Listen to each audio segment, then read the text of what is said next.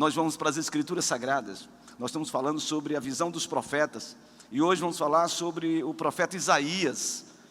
Eu quero que você abra a palavra de Deus no livro de Isaías, no capítulo 6, do versículo 1 ao versículo de número 8. Isaías capítulo 6, de 1 a 8. Quem abriu, diga amém.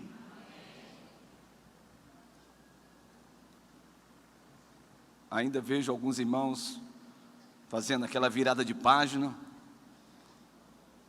Eu penso que às vezes tem alguns irmãos que já são hábeis, né, em procurar os textos ou então os livros, e alguns irmãos ou algumas pessoas novas na igreja estão chegando, né?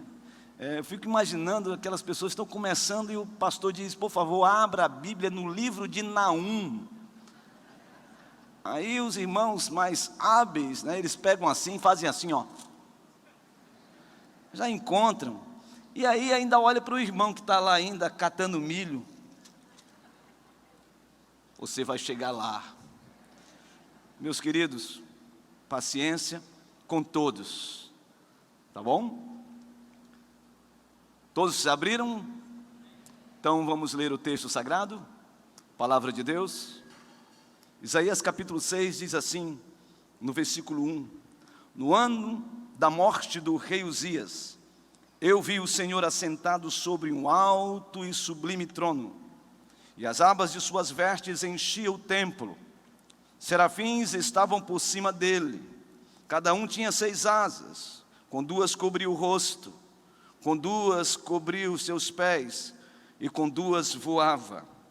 E clamavam uns para os outros, dizendo: Santo, Santo, Santo é o Senhor dos exércitos, toda a terra está cheia da sua glória. As bases do limiar se moveram à voz do que clamava, e a casa se encheu de fumaça. Então disse eu: ai de mim, estou perdido, porque sou homem de lábios impuros, habito no meio de um povo de impuros lábios, e os meus olhos viram o Rei, o Senhor dos exércitos. Então um dos serafins voou para mim, trazendo na mão uma brasa viva que tirara do altar com uma tenaz. Com a brasa tocou a minha boca e disse: eis que ela tocou os teus lábios, a tua iniquidade foi tirada, perdoado o teu pecado.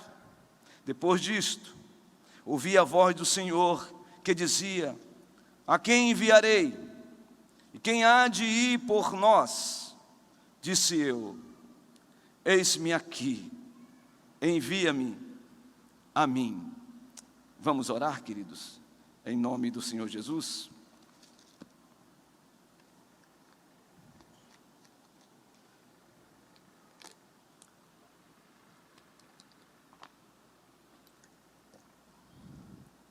Obrigado, Senhor, pela sua palavra, por sua bondade, por tudo que já aconteceu neste lugar em adoração ao Senhor. Muito obrigado, Deus, porque o Senhor é bom e a sua misericórdia dura para sempre. Que a sua glória, a sua majestade seja derramada, nos visite nesta noite. Que o Senhor exerça a sua misericórdia para conosco e abrase o nosso coração, a nossa mente. E que o Senhor fale conosco e que o Senhor seja glorificado em todas as coisas. Perdoa os nossos pecados, como foi ministrado em oração pelo pastor Wellington. Lava a nossa mente, o nosso coração, e faz com que saiamos daqui edificados pela sua palavra, porque ela é viva e eficaz. Que seja assim, Deus, em nome do Senhor Jesus. Amém. Isaías foi profeta durante 40 anos aproximadamente, sobre o reino do sul, conhecido como Judá. Ele foi rei, ele foi profeta nos reinados de Ezequias, de Uzias, de Acás e de Manassés. Isaías foi um profeta que denunciou toda a idolatria que o povo de Judá estava vivendo no seu tempo, principalmente por causa do pai do rei Uzias, Amazias, conhecido como o maior dos reis na perspectiva de idolatria.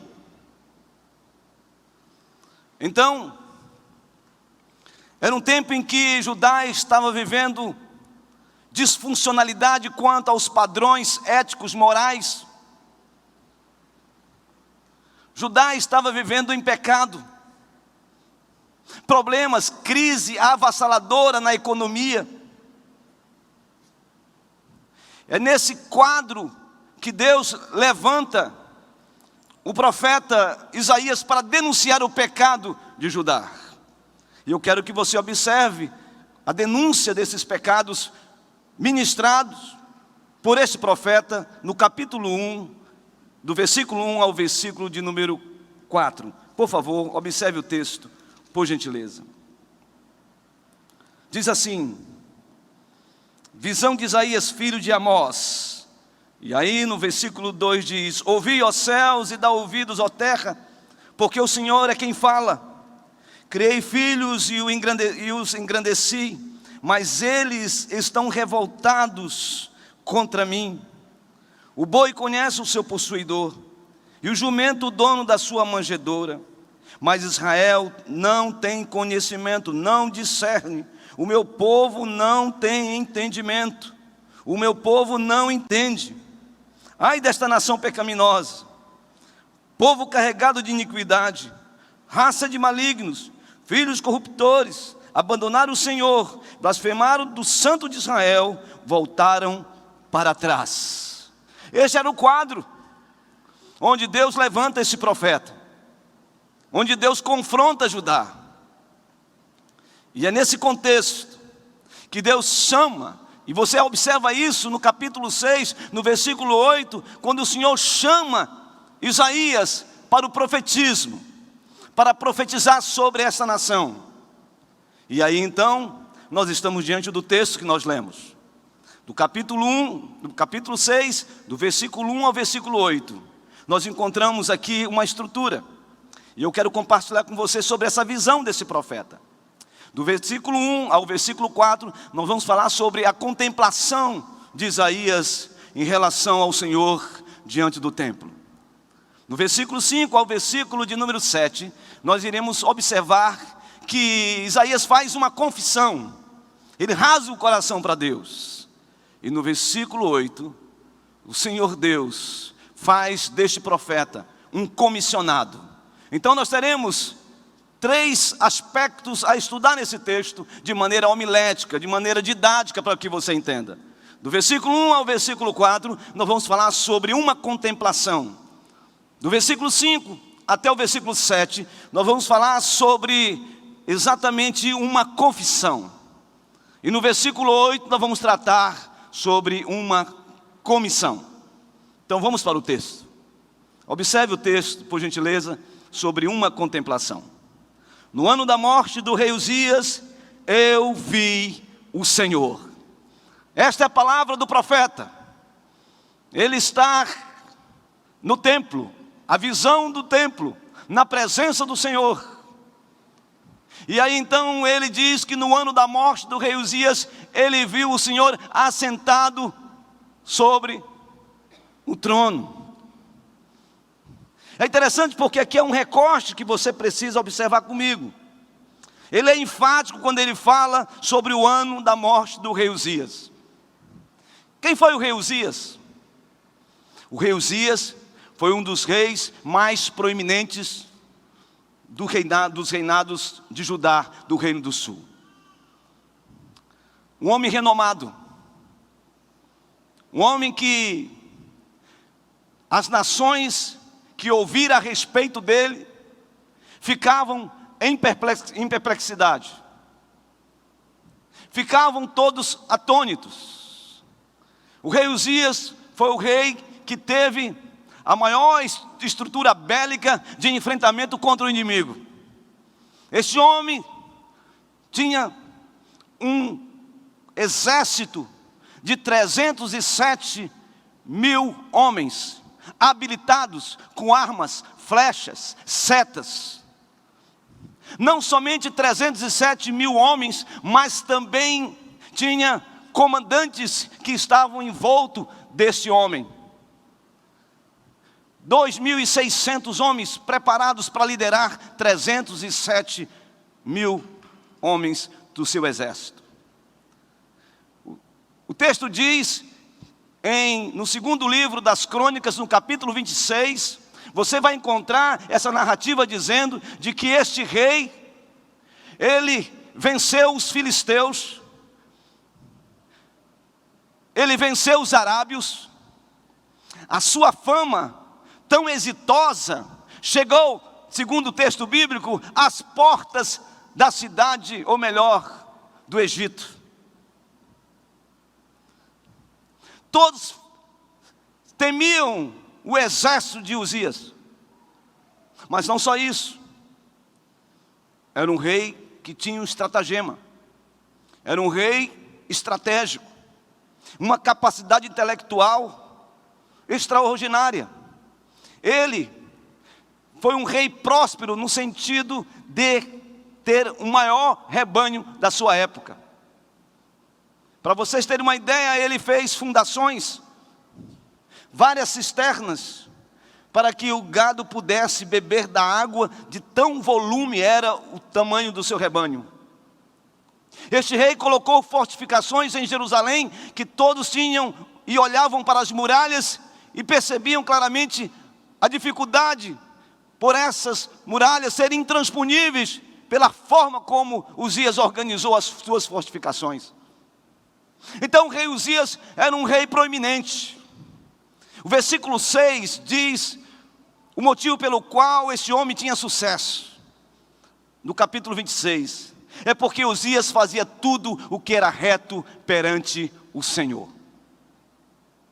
Mas, se você ler o versículo 16, segundo livro das Crônicas, no capítulo 26, onde trata a respeito deste rei, você vai encontrar algo interessante. Diz a palavra de Deus que, depois dele ter fortificado tudo em Jerusalém, exaltou-se o seu coração. Exaltou-se. O coração ficou altivo, orgulhoso, soberbo, achando que tudo aquilo que ele estava exercendo e tendo uma posição como rei, e também os outros reis, vendo todo o sucesso deste homem, este homem começou a achar que ele era, de fato, alguém que por si só poderia prevalecer sobre tudo e sobre todos. A ponto deste rei entrar no templo, pegar o incenso, e ir no altar do incenso, e tentar queimar o incenso no altar do incenso. O texto diz que quando Uzias vai fazer isto, entra 80 sacerdotes junto com o sacerdote Azarias. E eles então dizem: o que você está fazendo, ó rei? Não compete ao Senhor colocar incenso no altar do incenso, porque isto é somente para os filhos de Arão. Então, iracundo, cheio de ira, de raiva, de achar de que os sacerdotes estavam indo contra a sua autoridade, ele então desfere contra os sacerdotes. E quando ele se levanta contra os sacerdotes, então naquele momento uma lepra, um sinal é posto na testa do rei Uzias. Imediatamente se torna um rei leproso. Ele é banido do templo. Não só do templo, mas das casas em Jerusalém. Ele é posto exatamente fora, numa casa. E o fim de Uzias é morrer como um rei leproso. É nesse interstício, é nesse íntere, é nesse momento do vácuo de poder e de reinado do rei Uzias, é que esse texto de Isaías vem e nos aponta, quando ele diz: no ano da morte do rei Uzias, eu vi o Senhor assentado sobre um alto e sublime trono. O que Isaías está dizendo é de que, a despeito de ter um vácuo no reinado de Uzias, o Senhor é que está assentado no trono. É Ele que governa, é Ele que rege, é Ele que dirige, é Ele que sustenta. É interessante porque, se você observar a expressão aqui, Senhor, nesse texto do versículo 1, não se refere à expressão hebraica Yehová, mas sim à expressão hebraica Adonai. Adonai se refere não aqui ao Deus Pai, mas está se referindo ao Deus Filho, a Jesus Cristo. Aquilo que está escrito em João, no capítulo 12, versículo 41, que Ele está sentado no trono, referindo-se à pessoa de Jesus. É Jesus que está no trono. É Jesus que está regendo todas as coisas. Ele está sentado, Deus Pai Todo-Poderoso, Criador dos céus e da terra. E aqui é importante a gente ter esta consciência como igreja. Quando a gente olha para a realidade que a gente vive, que não é diferente dessa realidade em que Isaías está aqui exortando o povo. Realidade de iniquidade, de violência, de indiferença com as coisas de Deus, de blasfêmia contra o nome de Deus. Nós vivemos essa mesma realidade. Somos bombardeados por um mundo secular terrível, que mina mente e coração, não só os nossos, mas os nossos filhos. E muitas vezes, quando nos deparamos com tudo isso, achamos que a história está à deriva. E se nós fizermos um recorte ainda para a nossa realidade, talvez você esteja aqui, passando por uma luta grandiosa, um enfrentamento grandioso, e parece que você está sozinho, parece que não há solução, parece que o mundo está prevalecendo, parece que o inimigo está levando vantagem sobre a sua vida e sobre a sua casa. Mas eu quero dizer, chamando a sua atenção para esse texto, o Senhor Deus continua ainda assentado e continuará assentado no trono. Ele é o Senhor da sua vida e da sua casa.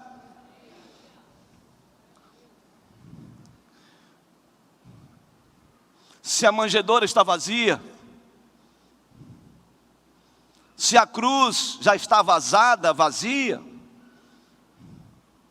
se o túmulo está vazio, o trono de Deus está preenchido pelo Senhor dos senhores, o Senhor dos senhores, o Rei dos exércitos, o Santo de Israel, o Todo-Poderoso, que reina, que dirige, que governa a minha vida e a sua vida. Sabe, irmãos, quando eu olho esse texto, eu me constranjo, eu fico com o meu coração compungido, porque muitas vezes nós entramos no templo, e nós entramos para adorar a Deus, mas entre o início do culto, parece que a gente está entrando num mercado, parece que nós estamos meio que alheio às coisas, e só acontece quando a gente começa a cantar o hino inicial. Estamos perdendo a reverência de entrar no templo do Senhor e nos ajoelharmos, nos quedarmos e reconhecermos a santidade de Deus, para que Deus se manifeste sobre nossas vidas.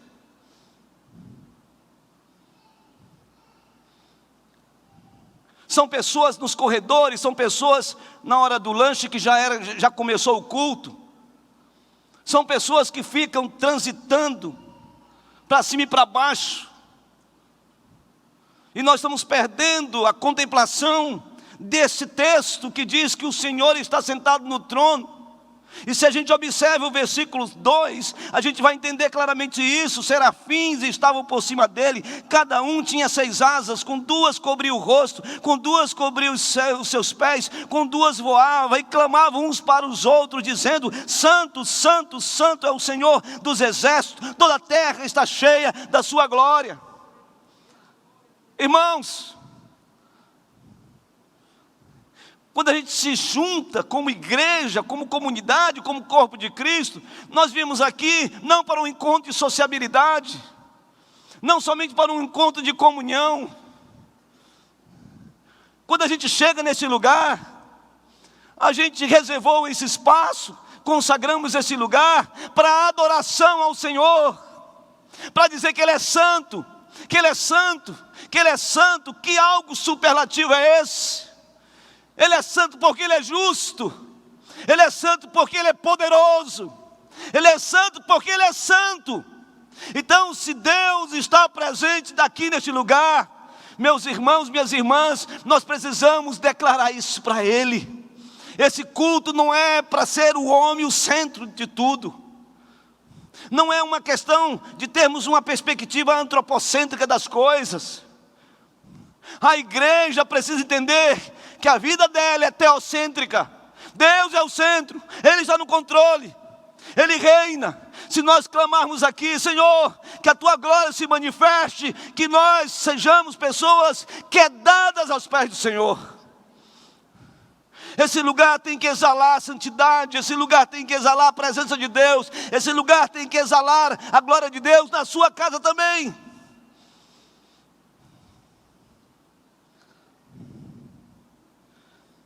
Interessante, porque a palavra serafins nesse texto, a única expressão que nós encontramos no livro de Isaías, essa expressão serafins. Obviamente que em Apocalipse 4 nós temos uma inferência a respeito disso, mas de maneira objetiva esse texto aqui fala de serafins. É um tipo de anjo. Seraf é uma palavra, é um radical da palavra serafins, que vem do hebraico, fogo ardente. Então, a presença consumidora. Esses seres angelicais contemplaram o Senhor. Eles viram a glória de Deus, colocaram asas sobre a face, o rosto, porque reluzia a glória do Deus eterno. Eles cobriram os pés, no sentido de compreender claramente a realeza de Deus. E eles voavam com 2 asas, para um lado e para o outro, glorificando, exaltando, declarando que Ele é santo, que Ele é santo, que Ele é santo. No hebraico é Kadosh, Kadosh, Kadosh, Yehová Sebaoth, ou seja, santo, santo, santo é o Senhor dos exércitos. Toda a terra, o lugar que nós estamos, está cheia da sua glória. Que esse lugar seja cheio da presença de Deus, meus irmãos. Que a nossa vida seja cheia da presença de Deus. Que o nosso coração seja um coração extremamente ardente, um desejo profundo de viver a santidade de Deus na nossa vida. É santidade, meus irmãos, que Deus requer de nós. É isso que nós precisamos entender. Quando nós cantamos, nós temos que adorar esse Deus. Quando nós oramos, nós precisamos nos quedar diante desse Deus. Quando nós estamos ouvindo a palavra, nós temos que sermos impactados, não pela palavra do mensageiro, mas pela mensagem poderosa da palavra de Deus. Ele teve essa contemplação. Quiçá, meus irmãos, o Senhor nos dê essa perspectiva de sairmos dessa vida ordinária o tempo todo, de sairmos dessa vida natural o tempo todo, onde a carnalidade, o diabo, o mundo gera tanta animosidade no nosso coração. Que saiamos dessa dimensão e que possamos começar a ter uma outra dimensão espiritual, sobrenatural, que a gente tenha essa sensibilidade, que ao ler a palavra de Deus, nosso coração seja encharcado, quando orarmos, sentirmos de fato a presença gloriosa de Deus. O desejo do meu coração nesta noite é que ao sair daqui, você vá pensando, orando pela sua casa, e fale claramente: Senhor, que a minha casa seja cheia da presença do Senhor, que haja a glória do Senhor na minha casa, para que haja de fato paz na minha casa. Mas o texto continua. Isaías faz uma confissão nesse texto. E eu quero mexer nesse ponto. Versículo de número 5. Diz assim: então disse eu: ai de mim, estou perdido, porque sou homem de lábios impuros, habito no meio de um povo de impuros lábios, e os meus olhos viram o Rei, o Senhor dos Exércitos.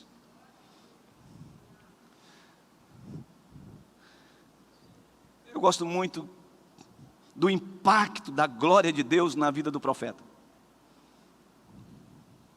Eu aprendo muito com esse impacto que ele tem da presença gloriosa de Deus, que os batentes do templo ficaram todos em movimento. A glória de Deus era tão presente na visão desse profeta, que ele se joga aos pés de Deus, que ele diz: ai de mim, estou perdido. Ai de mim, estou perdido. Quando o poder de Deus, a palavra de Deus nos confronta com a nossa realidade, quando a gente olha no espelho e vê a deformação do pecado que reluz nos nossos traços fisionômicos, no nosso rosto, só há uma palavra: ai de mim.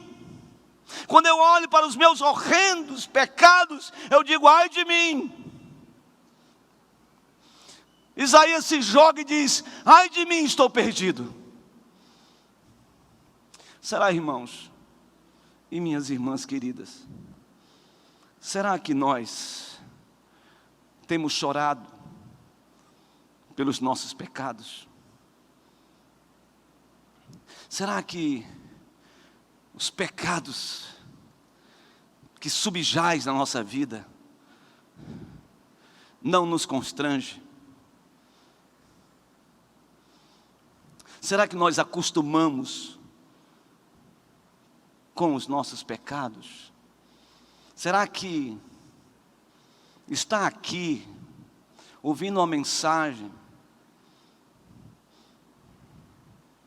não mexe mais com a gente, não toca mais, não nos confronta mais com a nossa realidade pecaminosa? Irmãos, todos nós somos pecadores, nós herdamos o pecado adâmico. Todos nós somos pecadores por natureza. Mas, meus irmãos, naquele dia em que você foi encontrado por Jesus, naquele dia em que o Senhor se derramou na sua vida, naquele dia que você disse: eu me rendo a Ti, naquele dia o seu pecado de morte foi cancelado pelo sangue do Cordeiro. Mas o que me preocupa é que talvez a gente continue ainda com os nossos pecados de estimação. O que me preocupa é que a gente não sofre, a gente não se constrange, a gente não se sente em desespero de alma por causa dos nossos pecados. O que me preocupa é quando a gente vê 1/3 dos crentes evangélicos hoje não vêm mais à igreja, não vão a uma igreja, se tornaram cristãos nominais. O que me preocupa é a gente sair daqui hoje como se nada tivesse acontecido. Porque nós estamos tão mecanizados na rotina da vida, que a gente apenas carrega um nome, um rótulo de cristãos ou de evangélicos. O nosso coração não está mais convertido. Nós não choramos mais pelos nossos pecados. Nós não ficamos mais rendidos pelos nossos pecados. Meus irmãos, nessa noite, que a gente possa fazer uma visitação, uma introspecção, uma internalização da nossa alma e falar: Senhor, o Senhor sabe qual é o meu pecado, o Senhor sabe qual é a minha iniquidade, o Senhor sabe onde eu tenho pecado, onde o inimigo tem prevalecido, onde o pecado tem me dominado. Senhor, o Senhor sabe disso. E eu posso dizer para você, se nós rasgarmos os nossos corações, se nós dilacerarmos os nossos corações, verdadeiramente não nos conformando com essa situação, eu tenho absolutamente convicção de que Deus fará aquilo que está em Romanos capítulo 8. Nós muitas vezes não sabemos orar como convém, mas o Espírito Santo intercede por nós, com gemidos inexprimíveis, aquilo que está involucrado, aquilo que está lá dentro, que você não tem coragem nem de falar para Deus. O Espírito Santo tem poder de gerar em você esse santo constrangimento e lhe perdoar, lhe purificar com o sangue do Cordeiro. Mas é preciso isso. Não é possível ter santidade sem quebrantamento de alma, de coração, de confissão. Ai, estou perdido, eu estou diante da glória do Eterno, eu estou diante da palavra do Eterno, estou perdido, porque sou homem de impuros lábios, e habito no meio de um povo de lábios impuros, mas os meus olhos viram o Senhor. Por que, Senhor? Por que que o Senhor se agradou de mim sabendo quem eu sou? Você já pensou nisso? Como a misericórdia de Deus, a graça de Deus te alcançou sabendo das lutas e das batalhas mais profundas da sua alma com relação aos pecados que tenazmente nos assedia? Meus irmãos, minhas irmãs, a resposta disso está no versículo 6, que diz assim: então, um dos serafins voou para mim, trazendo na mão uma brasa viva, que tirara do altar com uma tenaz. Pegou ali as fagulhas do incenso e veio e passou nos lábios do profeta. E o texto diz no versículo 7, com brasa tocou a minha boca e disse: eis que ela tocou os teus lábios, a tua iniquidade foi tirada e perdoado o teu pecado. Peça a Deus isso. Se confessarmos os nossos pecados, Ele é fiel e justo para nos perdoar os pecados e nos purificar de toda injustiça. 1 João capítulo 1, versículo 9. Irmãos, está na hora da gente dar uma virada na nossa vida. Está na hora da gente parar de brincar, de ser crente. Está na hora da gente deixar de ter uma vida cristã medíocre, uma vida espiritual apequenada. Está na hora da gente deixar de sermos crentes mimados, bicudos, que qualquer coisa dói em si. Está na hora de nós rasgarmos a nossa alma para Deus. Está na hora de nós rasgarmos a nossa vida para Deus. Meus irmãos, minhas irmãs, está na hora da gente reconhecer isso. Eu não conheço um ou uma pessoa sequer que possa dizer que é cheio do Espírito Santo se não se esvaziar dos seus pecados que estão impregnados, que se tornam senhorios na sua vida. Quando nós perdemos essa capacidade, nós começamos, irmãos, a viver uma vida cristã de fachada. De fachada. Tão somente de fachada. Esse texto aqui está exortando não somente o povo de Deus, mas a igreja de Deus. Chega de palavra de efeito, irmãos. Chega de evangelho coach, eu já estou dizendo isso várias vezes aqui. Chega da gente ficar o tempo todo apenas pegando frases, pontos daqui, dali, da internet, de todo lugar, e organizarmos uma espécie de uma teologia que nos faça bem, mas que não nos confronte com a nossa realidade pecaminosa. Está na hora da gente reconhecer de que se a gente quer ter intimidade com Deus, a gente precisa clamar a Deus: Senhor, purifica a minha vida, lava-me, lava-me, lava-me, lava-me.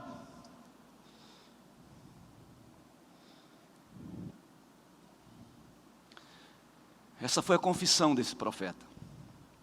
E eu quero aqui fazer apenas mais um recorte do recorte do recorte. Eu vejo muita gente colocando o dedo e apontando o pecado de outras pessoas. Eu vejo muita gente falar sobre a vida suspeita, a vida estranha, a vida secreta, falar sobre os pecados de outras pessoas. Eu quero dizer que é importante que a gente denuncie o pecado. É importante que nós exortemos os irmãos quanto ao pecado. Mas nesse texto aqui eu aprendo uma verdade. Isaías só falou sobre um povo de lábios impuros quando ele disse que os seus lábios estavam impuros. Isso significa que antes de nós apontarmos para alguém sobre os seus pecados, nós precisamos olhar para os nossos pecados, para aquilo que está lá dentro de nós, aquilo que precisa ser lavado, purificado, transformado. Eu não posso subjugar um meu irmão, a minha irmã, sobre uma situação, quando eu pratico no esconderijo, no recôndito, nas laterais da vida, os pecados. Tem muita gente que aponta, tem gente que talvez esteja dizendo que alguém hoje precisava ouvir isso, mas talvez você não esteja lembrando de que talvez seja eu e você que precisamos ouvir isso. A gente precisa ouvir isso, porque a Igreja Presbiteriana de Manaus não rasgou as páginas da Bíblia que tem a palavra pecado.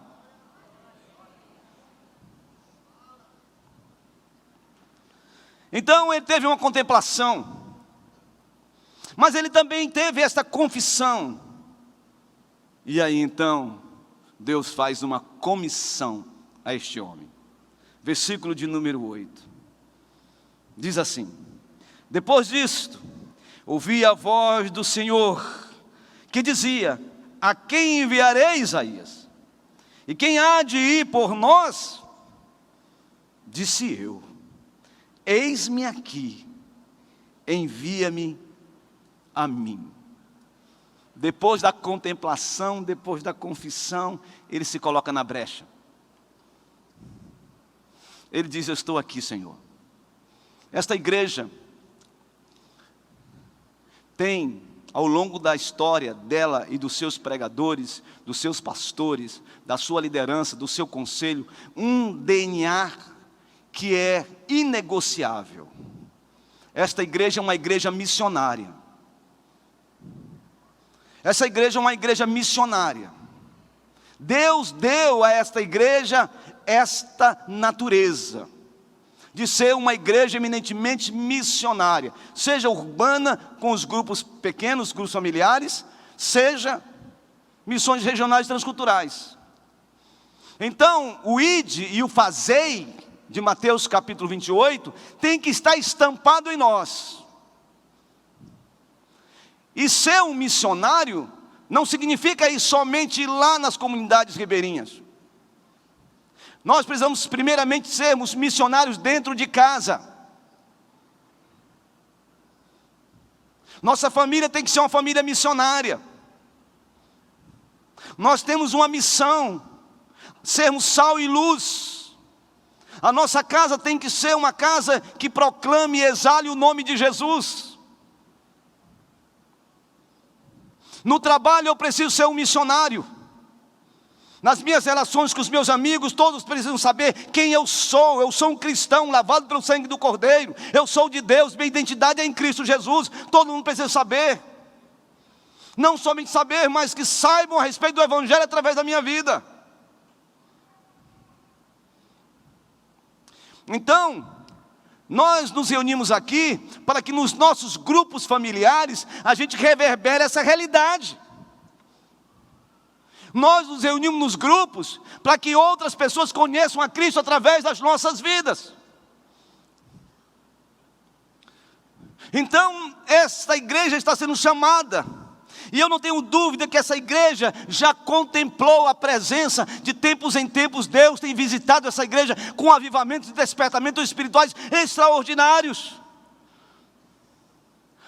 De tempos em tempos a gente vê um grande mover, um sopro de Deus, derramamento do Espírito, e nós nos jogamos diante da face do Senhor. Irmãos, eu anseio, eu aguardo, em nome de Jesus, um grande avivamento nessa igreja.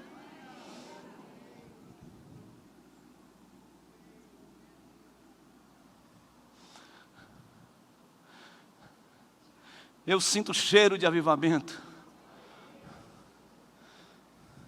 A gente vê fagulhas, a gente vê chamas, a gente vê luzes, a gente vê ambientes.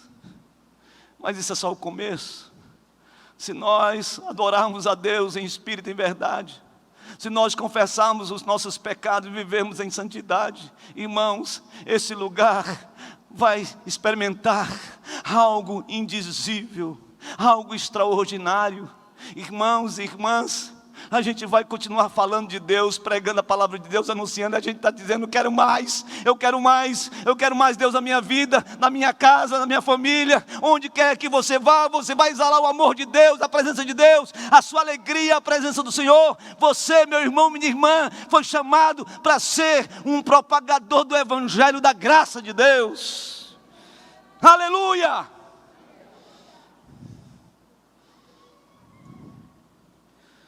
Irmãos, nós já passamos por tantas coisas. Nós já passamos por tantas coisas nessa igreja. Mais recentemente, irmãos, nós não podemos esquecer, irmãos. Nós não podemos esquecer do que nós passamos aqui. Você não pode esquecer. Isso tem que estar registrado de maneira indelével na nossa mente e no nosso coração. Meus irmãos, nós passamos por a mais tétrica e terrível pandemia. Quantos irmãos foram ceifados? Nós não podemos esquecer, irmãos, que Deus sustentou a igreja. Eu quero que você entenda isso. Quando o pastor Wellington estava aqui falando, gente, eu vou passar um pouquinho do tempo hoje. Quando o pastor Wellington estava falando aqui sobre fidelidade, eu quero que você saiba de uma coisa. É algo que não dá nem para entender como Deus supre. A gente sabe que é a fidelidade de cada um de vocês. Mas eu lembro quando ainda a tesoureira da época, que estava ali exercendo o seu mistério, no início que nós tivemos que fechar todos os templos, eu fiz uma pergunta: quanto tem de contribuição mensal via online? 40%. E aí que eu caí na real. 130 aproximadamente templos que essa igreja tem. Quase 300 colaboradores. Meu Deus do céu, apenas 40 pessoas fazem online seus dízimos, suas ofertas. E agora como vai ser? Isso foi em março. Em abril, essa igreja estava contribuindo, na época da pandemia, 90% via online. Você entende isso? E nenhum dos obreiros, nenhum dos trabalhadores ficaram sem sua remuneração. Deus honrou esta igreja durante todo esse tempo. Quem lembra, irmãos? Nós estamos voltando para esse lugar aqui de adoração no antigo templo. Domingo nós estávamos celebrando cerca de 1000 pessoas aqui, adorando a Deus da época, no retorno da pandemia. Mas na terça-feira, 4h23 da manhã, recebo o telefonema do administrador dizendo: pastor, o templo caiu. Eu disse: como? O templo caiu, pastor. Eu falei: foi o forro? Não, pastor, você não está entendendo, o templo caiu. 5 horas da manhã eu estava fazendo minha caminhada de oração, eu parei e disse: meu Deus do céu, o que está acontecendo? Quando nós chegamos aqui, o pessoal chorando, todo mundo chorando, e tudo isso aqui tinha caído. E lembre-se, domingo nós estávamos aqui, e nós estávamos reformando esse púlpito aqui, eu estava bem no meio, e eu olhei assim e vi: meu Deus do céu, ia ser o primeiro a ser promovido. Deus guardou todas as pessoas ali. Quarta-feira estávamos reunidos com toda a igreja, a liderança toda lá na central. Irmãos, caiu o templo, as estruturas foram abaladas, e agora? Nós vamos reconstruir. Aí eu disse: 9 meses. Aí eu vi um negócio aqui tocando assim perto de mim, dizendo: 7 meses, 6 meses. Eu falei: 6 meses não, 7, 6. Irmãos, em 6 meses nós vamos levantar esse templo. Nós não podemos esquecer isso, porque é milagre de Deus, bondade de Deus. Em 6 meses esse prédio foi levantado para a glória de Deus. Mas a pergunta é: por que, irmãos? Porque esse lugar é um centro de radiação missional da igreja. Porque nós nos reunimos aqui para adorar o Rei dos Reis, e saímos daqui para anunciar o Evangelho da Graça em todos os lugares, nos lugares mais longínquos, mais próximos. Deus chamou esta igreja para ser uma igreja comissionada a pregar o Evangelho da Graça. Então vão e pregue e anuncie esse Evangelho, porque toda autoridade foi dada pelo Senhor Jesus a todos nós. Portanto, vamos, irmãos, vamos fazer discípulos a todas as nações, batizando-os em nome do Pai, do Filho e do Espírito Santo, ensinando-os a guardar todas as coisas que Ele tem nos ordenado. Por quê? Porque Ele está conosco todos os dias, até a consumação do século. Que Deus abençoe a sua igreja, que Deus abençoe esta igreja, que ela viva na contemplação, que ela veja a bondade de Deus na sua vida, que ela viva uma vida de confissão, e que ela viva uma vida de comissão, de ser uma igreja que vive missões para a glória de Deus. Que seja assim em nome de Jesus. No ano da morte do rei Uzias, eu vi o Senhor assentado no alto e sublime trono. Louvado seja Deus. Deus nos abençoe em nome de Jesus.